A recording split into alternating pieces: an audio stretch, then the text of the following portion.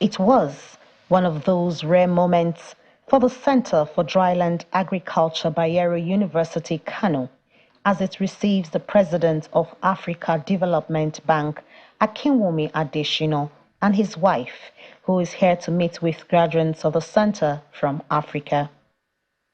It was a proud moment for the AfDB president, who says the bank will continue to support the center to address climate adaptation.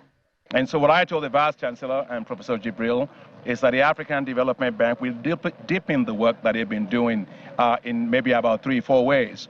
First is we will work with them to become one of the key centers to get technologies such as water-efficient maize for farmers, to get heat-tolerant wheat varieties to farmers at the scale of millions. That's the only scale that matters. And secondly is that we will work with them to also become a center in which we can use to do modeling work so that we can know how to predict weather patterns and get that information to farmers so that they can plan better.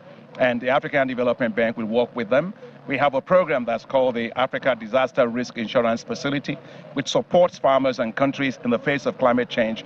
This center will play a big role. They have a professor here who actually works at the African Development Bank. Professor Jimmy Adegoke is a world-class climatologist that I think can play a big role in that. He also said the bank will empower young farmers with an initiative known as Agro-Pitch. The third area that we think is going to be important, Professor Jibril mentioned to me the fantastic work that they are doing here called Agri-Hacking, which their students are actually coming up with brilliant ideas, and they give them grants of 1 to 2 million naira.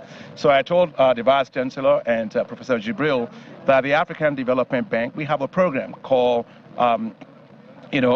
just on agriculture, let me just say, Agri-Pitch, where young people develop their business ideas, and if they work, they can get $120,000 to be able to do that. So we will, because they focus here on dryland agriculture, which is the major thing is to adapt to climate change.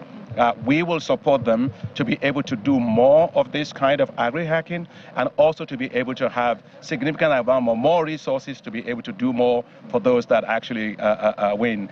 And I was just whispering to the Vice Chancellor and Professor Jibril on my way out that I don't want to make that announcement, but I will make sure that this Center for Dryland Agriculture is given priority by the Global Center on Adaptation, on which I sit on the board together with former UN Secretary General Ban Ki-moon, because you are doing exactly what we want to see.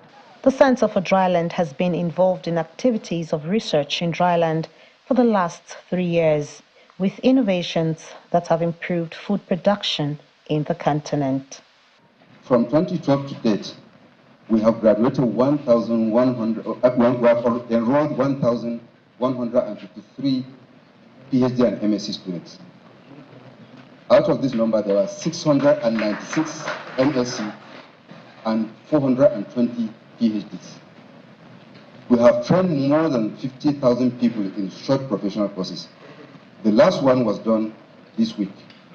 We partnered with the National Program on Food Security to train farmers on agroecological production systems. They are funded by ECOWAS, and they came to us to provide training. The AfDB president makes more promises to grant more loans to the center, this time to help its work to enhance research in food security.